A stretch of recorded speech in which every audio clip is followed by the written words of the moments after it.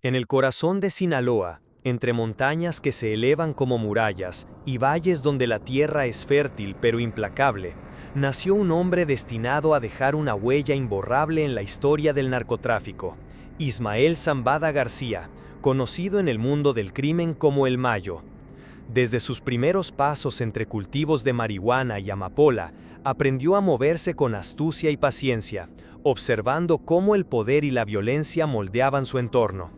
Con el tiempo, se convirtió en uno de los líderes más estratégicos, poderosos y esquivos del narcotráfico internacional, un hombre que ha sobrevivido a guerras, traiciones y persecuciones sin perder su libertad ni su control.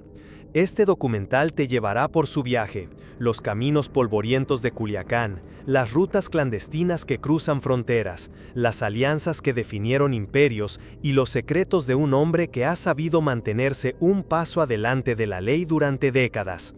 Porque detrás de los titulares y la violencia existe una mente que domina el juego del poder, y nadie sabe realmente hasta dónde está dispuesto a llegar.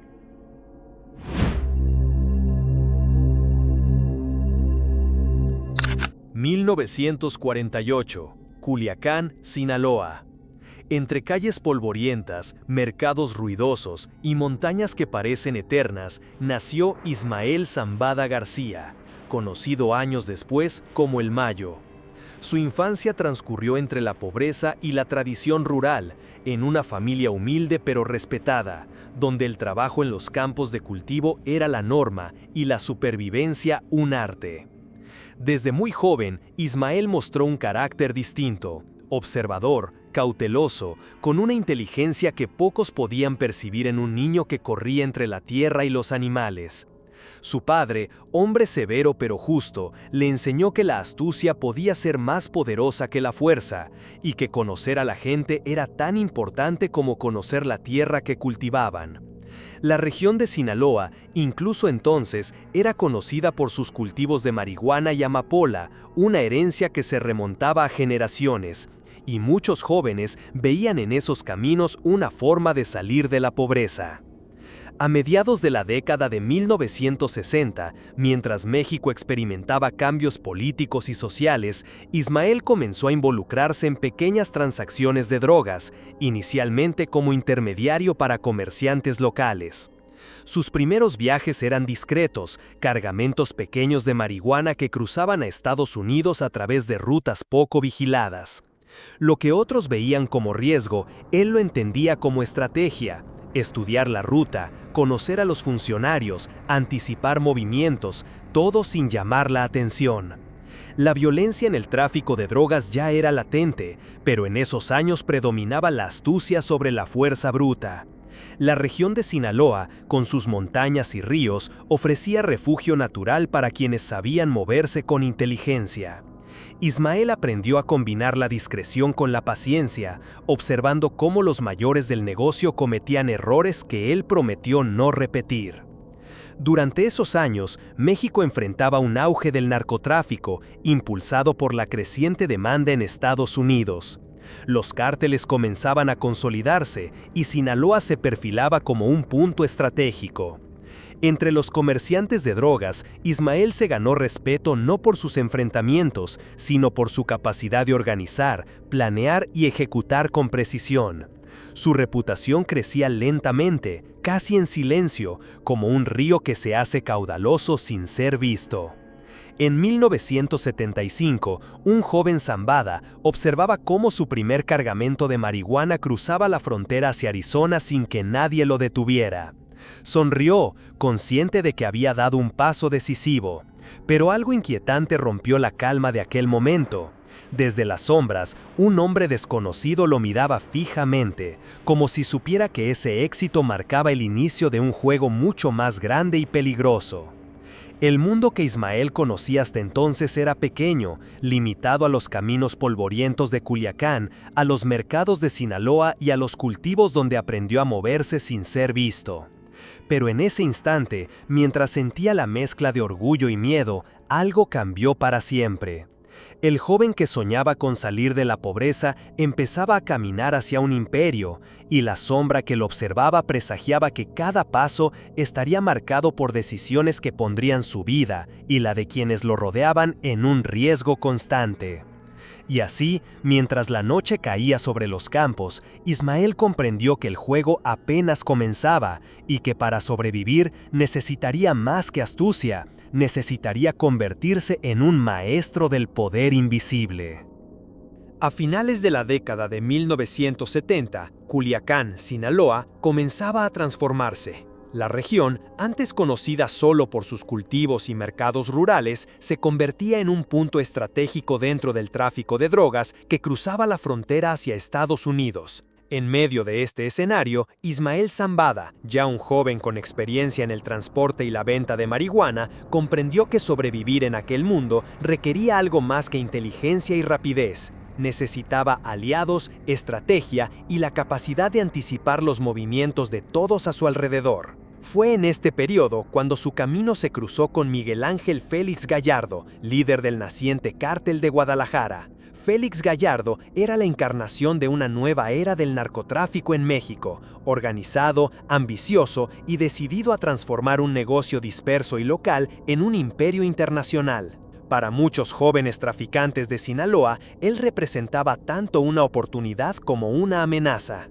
Ismael, sin embargo, supo leer las señales y entender que acercarse con cautela podía abrirle puertas que otros ni siquiera imaginaban. Durante los años que siguieron, Ismael comenzó a consolidar rutas clave hacia Estados Unidos, especialmente hacia Arizona y California, que en aquel entonces eran corredores relativamente poco vigilados. Su estilo era meticuloso, observaba, planificaba, calculaba riesgos y solo luego actuaba. A diferencia de otros traficantes que buscaban imponerse mediante la violencia, el Mayo entendía que la discreción y la paciencia eran armas más poderosas. Se ganaba la confianza de sus superiores y aliados resolviendo problemas que otros solo podían empeorar, y lentamente su reputación crecía, no como un hombre de fuerza, sino como un estratega silencioso y efectivo. El contexto histórico de esos años reforzaba la importancia de la cautela. México, bajo gobiernos que comenzaban a preocuparse por la creciente violencia y la presión de Estados Unidos,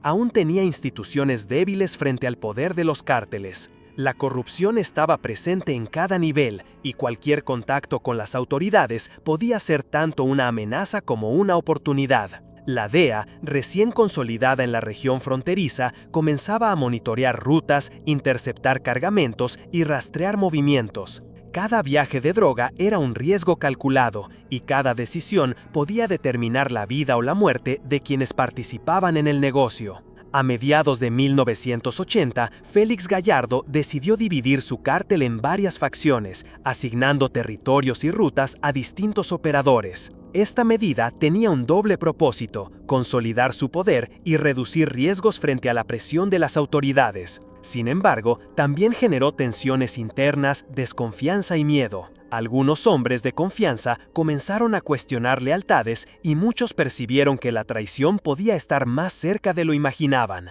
Para Ismael, esto significaba que cada movimiento debía ser medido con precisión. Un error podía costarle no solo la libertad, sino la vida. Mientras consolidaba sus rutas, Ismael comenzó a fortalecer sus relaciones con otros traficantes y figuras influyentes en la región. Aprendió a moverse entre diferentes círculos: agricultores, políticos, autoridades locales, todos potenciales aliados o enemigos dependiendo de cómo se manejara la situación. Su método era simple pero efectivo: observar primero, actuar después y nunca revelar más de lo necesario. Los rumores sobre su habilidad para anticipar problemas y resolver conflictos sin violencia directa comenzaron a circular, y pronto su nombre se mencionaba con respeto incluso entre quienes no lo conocían personalmente. Pero el mundo del narcotráfico no perdona errores ni descuidos. En 1981, durante una reunión secreta en un rancho aislado de Sinaloa, Ismael recibió noticias inquietantes. Un aliado cercano estaba en peligro, y la traición podía estar más cerca de lo que él imaginaba. Aquella sombra que siempre había sentido a distancia ahora estaba demasiado próxima, y el juego había cambiado. Las decisiones que tomara en los días siguientes no solo afectarían su futuro, sino también el de todo un imperio que comenzaba a gestarse bajo su mirada calculadora. Mientras la noche caía sobre las montañas y los ríos de Sinaloa, Ismael comprendió que la supervivencia ya no bastaba. Para mantener su camino hacia el poder, tendría que adelantarse a enemigos invisibles, navegar por alianzas frágiles y tomar decisiones que podrían marcar la vida y la muerte de muchos. La guerra silenciosa, la que se libraba sin disparos visibles, pero con maniobras estratégicas y sombras que acechaban cada paso, había comenzado. Y en ese momento, mientras la luna iluminaba los campos y los caminos solitarios de Culiacán, el Mayo entendió algo que nunca olvidaría. El éxito no se mide solo por la riqueza o el poder, sino por la habilidad de mantenerse un paso adelante cuando todos los demás buscan atraparte. A principios de la década de 1980, mientras México y Estados Unidos comenzaban a intensificar sus esfuerzos contra el narcotráfico, Ismael Zambada, el Mayo, comenzaba a dar pasos decisivos que lo separarían de los simples traficantes y lo acercarían a la élite del crimen organizado. Tras consolidar sus primeras rutas y alianzas, comprendió que la clave no estaba solo en mover droga, sino en controlar territorios estratégicos, influir en autoridades locales y anticipar cada movimiento de sus rivales. Durante esos años, el Cártel de Guadalajara, aún bajo el liderazgo de Félix Gallardo, se fragmentaba lentamente debido a la presión de las autoridades y la ambición de sus operadores. Las rutas de exportación de marihuana y, cada vez más, de cocaína hacia Estados Unidos generaban enormes ganancias, pero también conflictos internos y rivalidades silenciosas que podían estallar en cualquier momento. Ismael aprendió que la discreción era un escudo indispensable. Mientras otros buscaban imponerse con violencia, él se movía como un estratega invisible, consolidando poder sin necesidad de confrontaciones directas. A mediados de 1983, el Mayo comenzó a tejer alianzas con otras familias del narcotráfico sinaloense. Sabía que la fuerza bruta no bastaba, necesitaba hombres confiables que compartieran su visión y, sobre todo, que obedecieran sin cuestionar. Cultivó relaciones con campesinos, transportistas y funcionarios corruptos, construyendo una red que le permitía operar con eficacia y minimizar riesgos. Cada movimiento era calculado. Un pago a un policía local podía salvar un cargamento, una amistad con un transportista confiable podía abrir nuevas rutas, y un gesto a un agricultor podía garantizar la lealtad de quienes cultivaban la materia prima que alimentaba su imperio.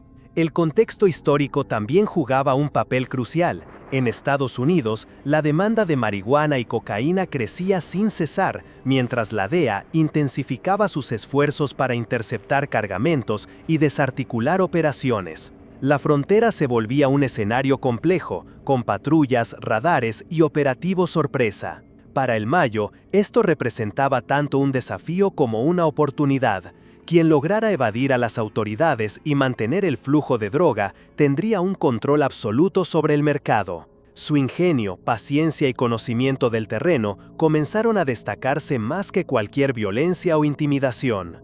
Pero la expansión de su influencia no estuvo exenta de riesgos. A finales de 1984, un conflicto inesperado estalló con un grupo rival que buscaba controlar parte de las rutas que él manejaba. La tensión creció rápidamente, los enfrentamientos se multiplicaban y las traiciones surgían donde menos se esperaba. El Mayo, fiel a su estilo, evitó confrontaciones directas, empleando sobornos, amenazas sutiles y maniobras estratégicas que lograron desarticular al grupo rival sin derramamiento de sangre innecesario. Cada victoria fortalecía su reputación como un hombre que podía conseguir resultados sin exponerse, aumentando su prestigio entre aliados y rivales por igual. En paralelo, su relación con Félix Gallardo se consolidaba, mientras otros operadores cuestionaban decisiones o buscaban expandir su propio poder. El Mayo se mantenía leal y efectivo, ganándose la confianza del líder del Cártel de Guadalajara. Sin embargo, esta cercanía también lo situaba en una posición peligrosa. Cada movimiento estratégico que realizaba era observado por hombres ambiciosos que podían verlo como una amenaza. El equilibrio entre lealtad, ambición y precaución se volvía cada vez más delicado y cada decisión podía ser crucial para su sobrevivencia. Hacia finales de 1986, tras años de planificación silenciosa, el Mayo consolidó un control sólido sobre varias rutas clave a Estados Unidos y comenzó a administrar su propio equipo de operadores, transportistas y contactos políticos. Había dejado de ser un joven aprendiz para convertirse en un jugador esencial en el nuevo mapa del narcotráfico mexicano. Su poder crecía de manera silenciosa pero implacable, y la red que había construido se mostraba más fuerte y organizada que la de muchos de sus rivales. Sin embargo, la sombra de la traición nunca estaba lejos. Una noche, mientras revisaba informes de sus rutas y aliados, llegó una noticia inesperada. Uno de sus contactos más confiables había desaparecido, dejando atrás señales de que su lealtad había cambiado.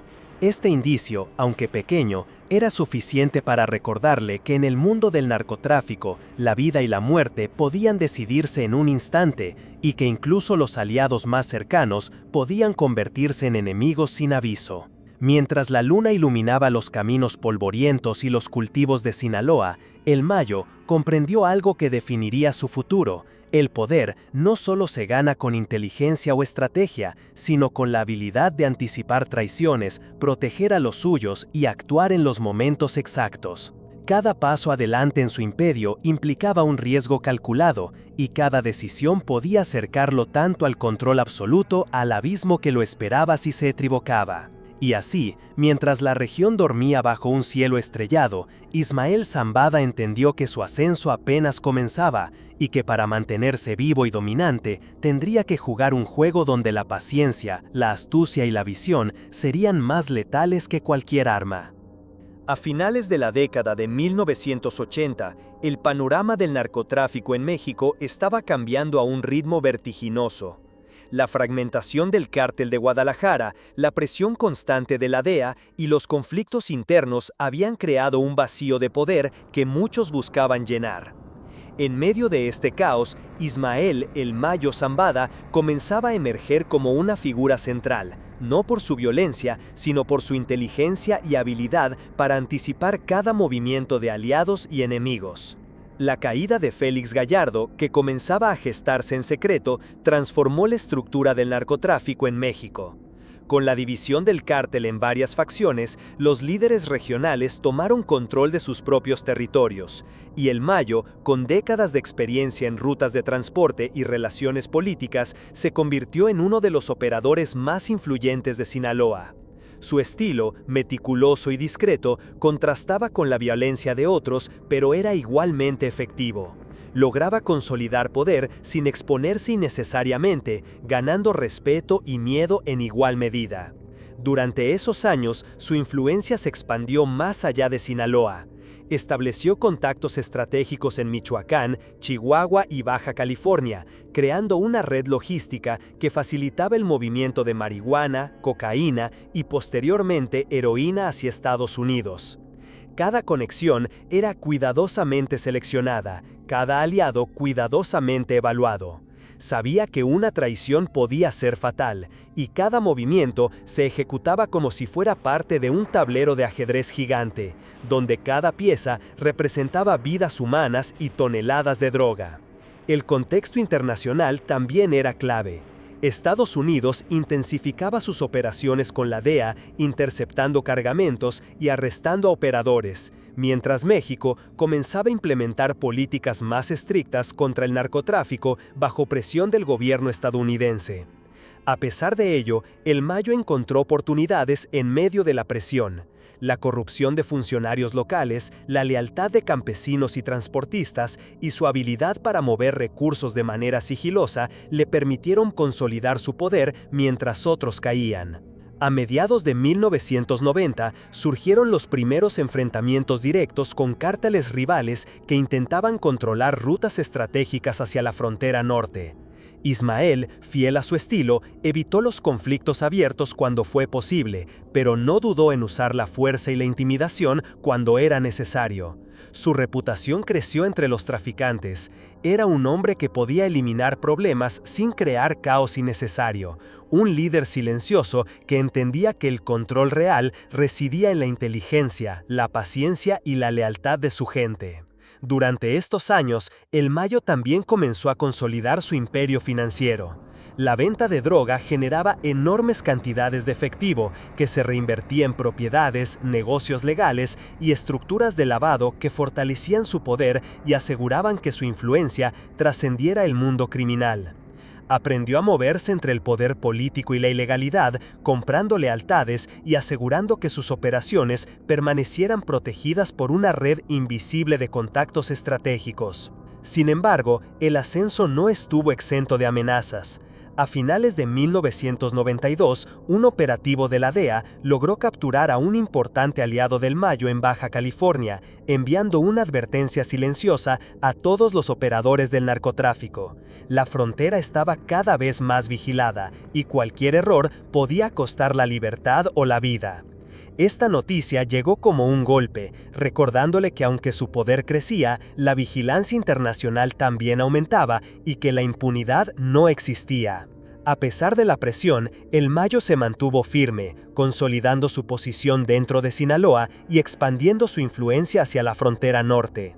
Sabía que su estrategia debía ser más refinada que nunca. La lealtad de sus hombres, la precisión de sus movimientos y la inteligencia para anticipar traiciones serían las armas que definirían su futuro. Cada decisión tomada en ese momento podía significar la diferencia entre consolidar un imperio o desaparecer en medio de la violencia y la traición. Y así, mientras la región de Sinaloa seguía siendo un laberinto de caminos polvorientos, montañas y ríos, el Mayo comprendió que el verdadero poder no se medía en balas o cargamentos, sino en la habilidad de mantenerse un paso adelante de todos, enemigos, aliados y autoridades. En ese instante, mientras observaba la extensión de su territorio desde un rancho aislado, supo que el juego apenas comenzaba y que la guerra silenciosa por el control absoluto del narcotráfico mexicano estaba por entrar en una etapa decisiva. Pero aquella noche, mientras el viento arrastraba polvo y hojas por los caminos, llegó un mensaje que cambiaría todo. Un cártel rival planeaba una emboscada que pondría en riesgo no solo su imperio, sino la vida de quienes habían confiado en él. La calma que parecía dominar Sinaloa se rompió en un instante, y el Mayo entendió que la verdadera prueba de su liderazgo estaba a punto de comenzar. A mediados de la década de 1990, el mapa del narcotráfico en México se transformaba a una velocidad vertiginosa. Con Miguel Ángel Félix Gallardo tras las rejas y el cártel de Guadalajara fragmentado, surgieron nuevas alianzas y nuevas guerras. En ese escenario caótico, Ismael, el Mayo, comenzó a consolidar un poder que hasta entonces había mantenido en las sombras. El Mayo no levantaba la voz ni presumía su riqueza. Mientras otros capos buscaban notoriedad y reconocimiento, él seguía fiel a su estrategia, la discreción como arma y la paciencia como escudo. Desde la sierra sinaloense, extendía su influencia a plazas clave como Tijuana, Sonora y Baja California, controlando rutas estratégicas hacia Estados Unidos, justo cuando la demanda de cocaína y heroína alcanzaba niveles históricos. Durante esos años, la cooperación entre Estados Unidos y México en la lucha contra el narcotráfico se intensificó. La DEA, fortalecida tras casos emblemáticos como el asesinato de Enrique Kiki Camarena en 1985, mantenía vigilancia constante sobre los nuevos líderes del narcotráfico. Cada cargamento que cruzaba la frontera era seguido con lupa, cada llamada interceptada, cada aliado potencialmente infiltrado. Sin embargo, el Mayo demostró una capacidad única para anticiparse, cambiaba rutas con frecuencia, diversificaba los métodos de transporte y, sobre todo, mantenía una estructura de mando flexible, capaz de adaptarse sin comprometer la operación. Hacia 1994, Ismael reforzó sus lazos con figuras como Joaquín El Chapo Guzmán y los hermanos Arellano Félix. Aunque las tensiones entre cárteles eran inevitables, el Mayo optaba por la diplomacia antes que por la guerra. Su visión era clara: Un negocio estable requería evitar enfrentamientos innecesarios que atrajeran la atención de las autoridades. Su habilidad para negociar y generar acuerdos temporales le permitió mantener rutas seguras mientras otros capos se desangraban en guerras fratricidas. El poder de El Mayo no solo se medía en cargamentos o dinero, sino en su capacidad para mantener el control sin exponerse. En Sinaloa, su figura era casi mítica. No buscaba lujos ostentosos ni apariciones públicas. Su riqueza se invertía en ranchos, empresas, propiedades agrícolas y negocios legales que servían para lavar dinero y proteger a su familia. Cada paso estaba calculado para evitar los errores que habían llevado a otros capos a la cárcel o a la tumba. Sin embargo, la calma aparente ocultaba una tormenta en gestación. A finales de 1995, una serie de operativos de la DEA y la Procuraduría General de la República en México pusieron bajo la mira a los principales capos del país. Se interceptaron cargamentos millonarios y varios hombres de confianza del Mayo fueron capturados. La presión internacional crecía y por primera vez su nombre comenzó a aparecer en informes confidenciales de las autoridades estadounidenses como objetivo prioritario. Mientras tanto, los cárteles rivales se fortalecían. Los hermanos Arellano en Tijuana, Amado Carrillo Fuentes en Ciudad Juárez y nuevos jugadores emergentes en Tamaulipas competían por el control de rutas y territorios. Las tensiones eran inevitables y aunque el Mayo buscaba evitar una confrontación directa, la guerra se acercaba a su puerta. En 1997, tras una serie de violentos enfrentamientos entre cárteles, el Mayo tomó una decisión clave: fortalecer su alianza con el Chapo Guzmán y Héctor "El Güero" Palma para consolidar el cártel de Sinaloa como la organización criminal más poderosa del país. La unión no estaba exenta de riesgos, pero les permitió enfrentar a sus enemigos comunes con una fuerza coordinada y una red logística sin precedentes. A finales de 1998, mientras disfrutaba de su creciente poder, llegó un golpe inesperado. Uno de sus operadores más cercanos fue capturado en la frontera y, bajo presión, comenzó a colaborar con la DEA. La información filtrada amenazaba con revelar rutas, contactos y escondites. La discreción que había sido su mayor escudo ahora está en peligro, y cualquier paso en falso podría exponer décadas de trabajo silencioso. Una noche, en las montañas de Sinaloa, mientras el Mayo observaba la oscuridad desde su rancho, llegó un mensaje urgente: "Van por ti, no es un rumor, es cuestión de días". Esa advertencia cambió todo. Su imperio seguía intacto, pero la cacería había comenzado. Y aunque había pasado años perfeccionando su invisibilidad, ahora debía probar si podía desaparecer justo cuando todos los reflectores apuntaban hacia él. A finales de la década de 1990, la cacería contra los grandes capos del narcotráfico se intensificó como nunca antes. Estados Unidos, tras reforzar la cooperación con México, colocó nombres en la lista de sus objetivos prioritarios. Entre ellos, ya no solo aparecían figuras mediáticas como Joaquín "El Chapo" Guzmán o los hermanos Arellano Félix. Ahora, silenciosamente, también estaba el nombre de Ismael "El Mayo" Zambada. Su estilo discreto había sido su mejor escudo durante años. Nunca buscaba los reflectores, no asistía a fiestas ostentosas ni aparecía en fotografías. Para muchos era casi un fantasma, un hombre del que se hablaba en susurros, al que pocos conocían en persona, pero cuya influencia se sentía en cada rincón de Sinaloa. Sin embargo, esa invisibilidad comenzaba a resquebrajarse. Las autoridades habían descubierto sus rutas, sus operadores y parte de su red financiera. En 1999, cuando la DEA intensificó sus operaciones en la frontera norte, el Mayo se vio obligado a desaparecer por semanas enteras.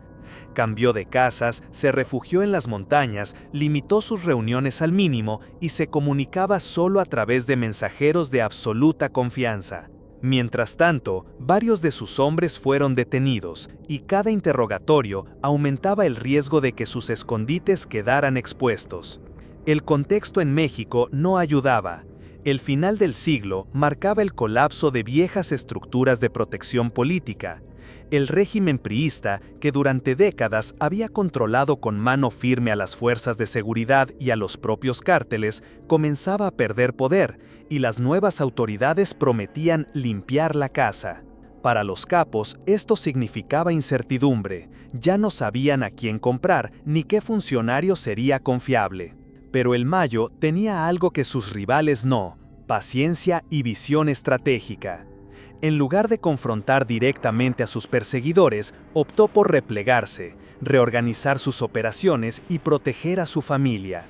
Se movía de rancho en rancho, durmiendo cada noche en un lugar distinto, usando carreteras secundarias y caminos de terracería para evitar retenes militares. Mientras tanto, el Chapo Guzmán y otros capos llamaban la atención con fugas espectaculares y enfrentamientos sangrientos. El Mayo mantenía el perfil más bajo posible, construyendo poder en silencio. En el año 2000, el cambio de gobierno en México marcó una nueva etapa. La llegada de Vicente Fox prometía una lucha frontal contra el narcotráfico, y con ello comenzaron operativos conjuntos con Estados Unidos. La presión aumentó. Cada semana, ranchos en Sinaloa eran cateados. Aviones no tripulados comenzaban a vigilar las montañas.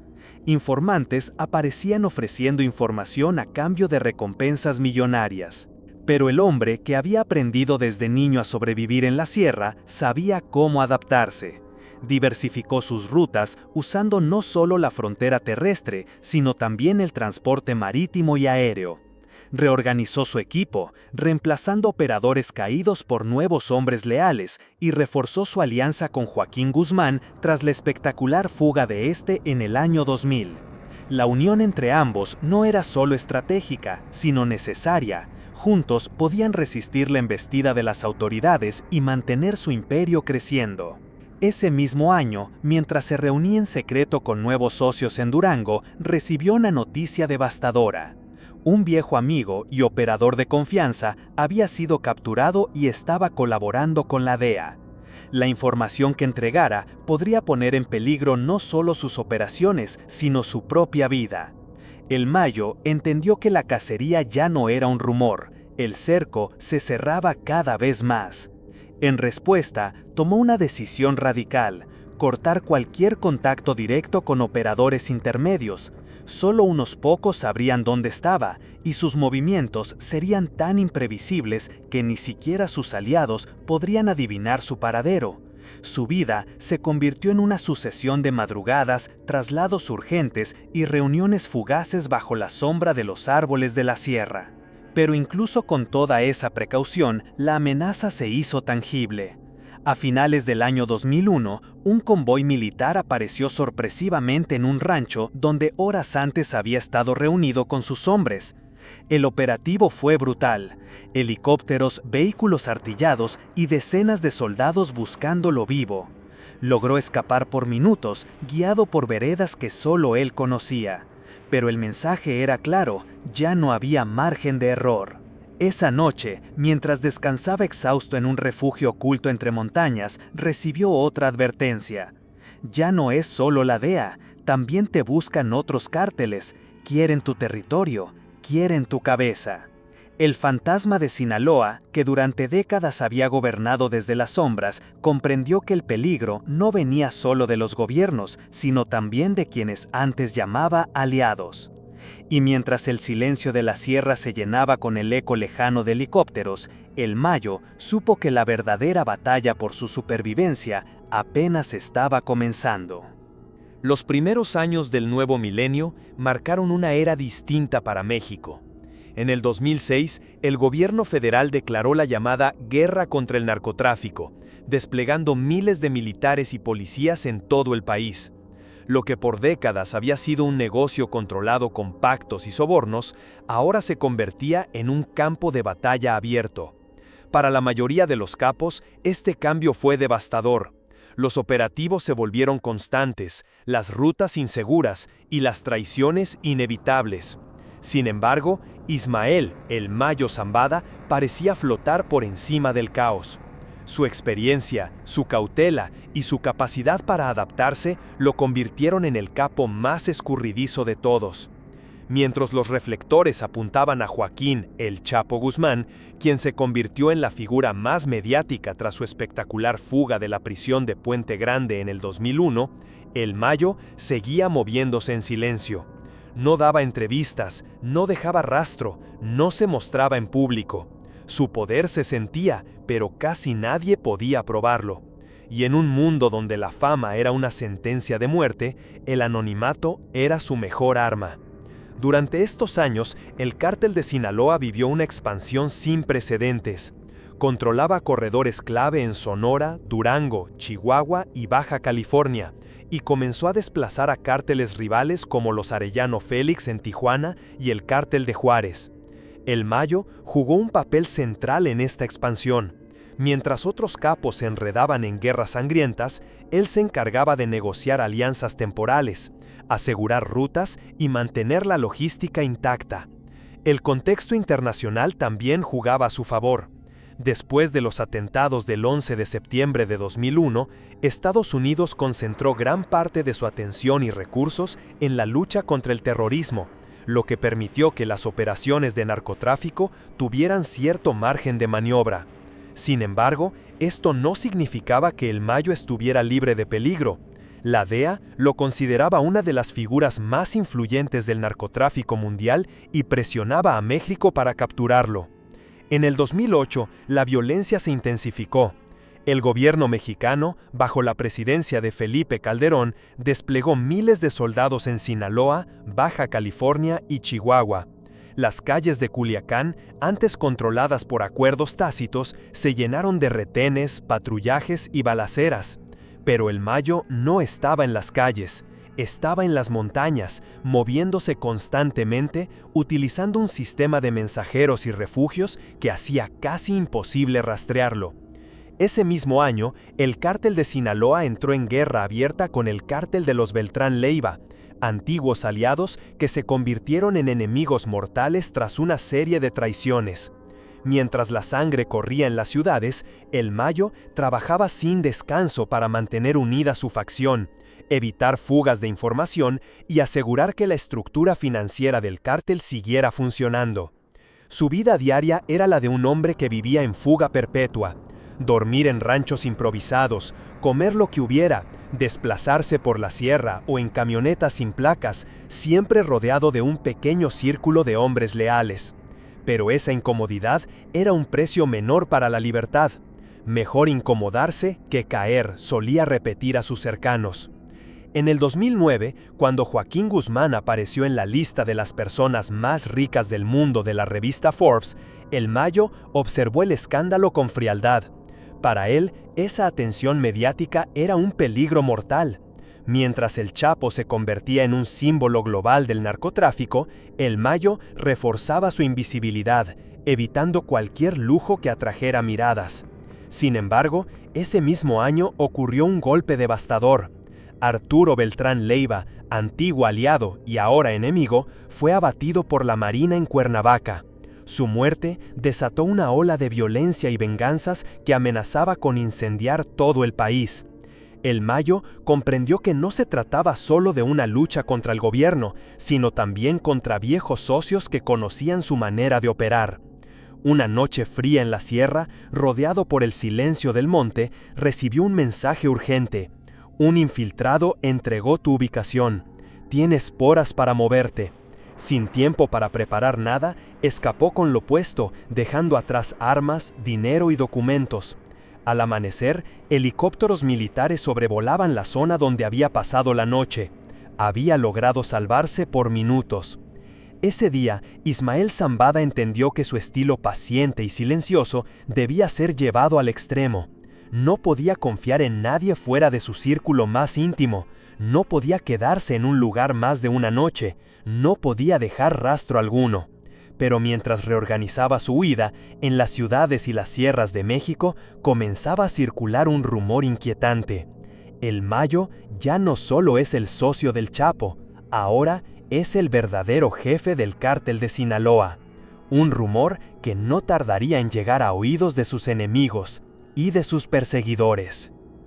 La segunda década del nuevo milenio trajo consigo un cambio brutal en el mapa del narcotráfico. Las facciones se fragmentaban, los viejos pactos caían y los líderes más visibles eran abatidos o capturados uno tras otro. Pero entre ese caos, una figura permanecía intacta: Ismael "El Mayo" Zambada. En el año 2012, el país se encontraba marcado por el desgaste de la guerra contra el narcotráfico. Miles de soldados patrullaban carreteras y ciudades. Las calles de Sinaloa, Durango y Chihuahua estaban cubiertas de retenes militares. Sin embargo, el Mayo seguía moviéndose con la misma calma que en sus primeros años, lejos de los reflectores, sin lujos innecesarios, siempre un paso adelante de quienes intentaban cazarlo. Mientras capos como Arturo Beltrán Leiva, Ignacio Nacho Coronel y Heriberto Lascano caían uno por uno, el cártel de Sinaloa continuaba fortaleciéndose. Muchos se preguntaban cómo lo lograba. La respuesta estaba en la estrategia silenciosa de El Mayo: diversificar rutas, evitar confrontaciones directas con el gobierno y mantener un perfil tan bajo que incluso sus aliados rara vez lo veían cara a cara. En febrero de 2014, Joaquín "El Chapo" Guzmán fue capturado en Mazatlán tras un intenso operativo de la Marina. La noticia dio la vuelta al mundo y muchos se preguntaron si con su caída el cártel de Sinaloa se desmoronaría. Pero El Mayo ya lo había previsto. Mientras su socio se convertía en el prisionero más famoso de México, él reorganizó las operaciones, aseguró las rutas y evitó que el liderazgo quedara vacío. Ese mismo año, las agencias de inteligencia estadounidenses incrementaron la presión sobre su nombre. La DEA ofrecía recompensas millonarias por información que llevara a su captura, y lo señalaba como el último gran capo que seguía libre. Las autoridades mexicanas intensificaron los operativos en la Sierra de Durango y Sinaloa, enviando drones y comandos especializados. Pero cada vez que parecían tenerlo rodeado, El Mayo se desvanecía como un fantasma. Su vida se volvió aún más austera. No usaba teléfonos, no confiaba en radios ni en correos electrónicos. Sus mensajes viajaban de boca en boca, pasando por hombres que preferían morir antes que traicionarlo. Sus movimientos eran tan impredecibles que podía dormir una noche en un rancho en la sierra y al amanecer cabalgar kilómetros hacia otra guarida, atravesando arroyos y veredas imposibles de rastrear. Mientras tanto, la violencia entre cárteles aumentaba. Grupos rivales como los Zetas y el Cártel Jalisco Nueva Generación buscaban arrebatar territorios estratégicos, pero El Mayo, fiel a su estilo, evitaba el choque frontal. En lugar de declarar guerras abiertas, negociaba, compraba lealtades y movía cargamentos sin atraer la atención de la prensa. En 2015, la fuga cinematográfica de Joaquín Guzmán a través de un túnel en el penal del Altiplano volvió a encender la alarma mundial. Sin embargo, lejos de celebrar, El Mayo entendió que ese episodio ponía al cártel de Sinaloa bajo un reflector peligroso. La presión del gobierno mexicano y de Estados Unidos aumentaría como nunca antes y él debía volverse aún más invisible. Ese mismo año, un mensaje inquietante llegó a sus oídos. Un informante dentro de su propia organización estaba filtrando coordenadas de sus rutas a la DEA. Para El Mayo, aquello no era una sorpresa. En un negocio donde la traición es moneda corriente, lo sorprendente era que hubiese tardado tanto en suceder. Tomó medidas drásticas, reestructuró su círculo de seguridad, cambió todos los puntos de reunión y desapareció por semanas enteras. Pero a finales de ese año, mientras el país entero hablaba de la recaptura inminente del Chapo, algo quedó claro para los que seguían de cerca el mundo criminal. Ismael Zambada ya no era solo el socio silencioso, se había convertido, sin que nadie lo anunciara, en el verdadero líder del cártel de Sinaloa. En enero de 2016, cuando finalmente Joaquín Guzmán fue arrestado de nuevo, los medios se preguntaron quién heredaría el trono del narcotráfico. Para quienes conocían las entrañas del negocio, la respuesta ya estaba escrita. Pero en las montañas de Sinaloa, mientras helicópteros sobrevolaban buscando su rastro, El Mayo recibió un aviso que cambiaría el rumbo de su vida. Un emisario del gobierno quiere verte y no viene con armas. La pregunta era inevitable. ¿Buscaban su captura o su pacto? La captura definitiva de Joaquín "El Chapo" Guzmán en enero de 2016 dejó al mundo preguntándose quién ocuparía su lugar.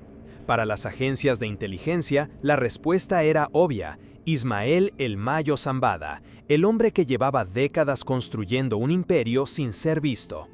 Pero mientras los reflectores buscaban a un nuevo gran capo, él seguía jugando su propio juego, el de la paciencia infinita.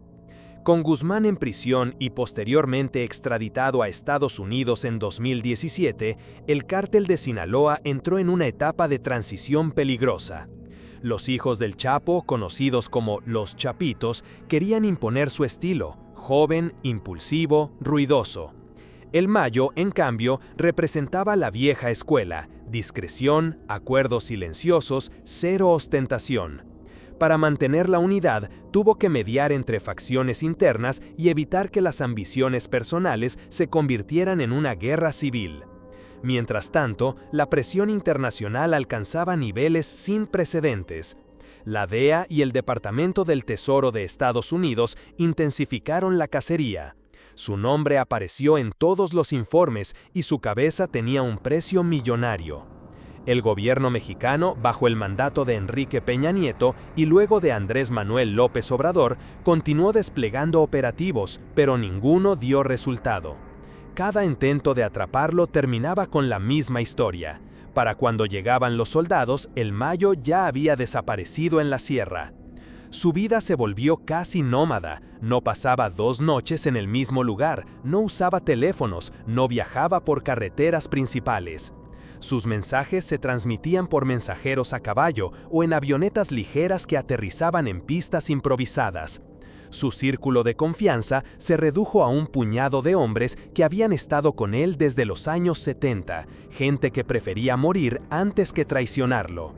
Pero mientras él se mantenía en la sombra, el mundo cambiaba. El auge del cártel Jalisco Nueva Generación amenazaba el poder histórico de Sinaloa. Nuevas rutas, nuevos métodos, nueva violencia. En 2019, el fallido operativo en Culiacán para capturar a Ovidio Guzmán, hijo del Chapo, mostró hasta qué punto el cártel de Sinaloa seguía siendo una fuerza capaz de desafiar al Estado. Muchos sospecharon que, detrás de la coordinación impecable de ese día, estaba la mano invisible del Mayo. Para él, aquello no era una victoria, sino una advertencia. El país estaba cambiando y la violencia de la nueva generación ponía en riesgo todo lo que había construido durante décadas. Donde antes reinaba la discreción, ahora abundaban videos virales, camionetas blindadas con logotipos y jóvenes pistoleros exhibiendo armas en redes sociales. Ese no era su estilo, y lo sabía. La visibilidad es la enemiga de la libertad. A finales de 2020, rumores comenzaron a circular. ¿El Mayo estaba enfermo? ¿Pensaba negociar su entrega? ¿Buscaba heredar el mando sin derramamiento de sangre? Nadie podía confirmarlo. Lo único cierto era que, a pesar de su edad, más de 70 años, seguía libre, moviéndose como un fantasma por la sierra sinaloense.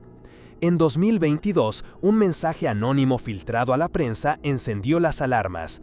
Nota: el Mayo ya no confía en nadie, ni siquiera en su propia familia.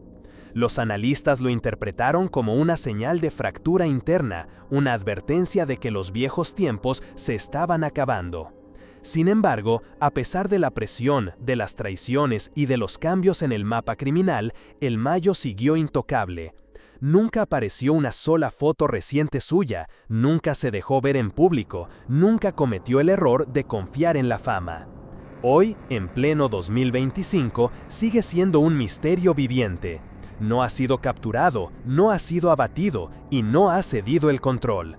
En un mundo donde los grandes capos caen uno tras otro, Ismael Zambada García permanece libre, como una sombra imposible de atrapar. Pero la pregunta queda flotando en el aire, tan inquietante como inevitable. ¿Se entregará algún día por voluntad propia, negociando su final? ¿O morirá en la sierra, fiel a su estilo, sin que nadie lo toque, sin que nadie lo vea? La historia aún no ha terminado, y tal vez nunca sepamos cómo acaba. Si te gustó este video, no olvides darle like, suscribirte y compartirlo. Eso me ayuda muchísimo a seguir creando más contenido como este. Gracias por acompañarme y nos vemos en el próximo misterio.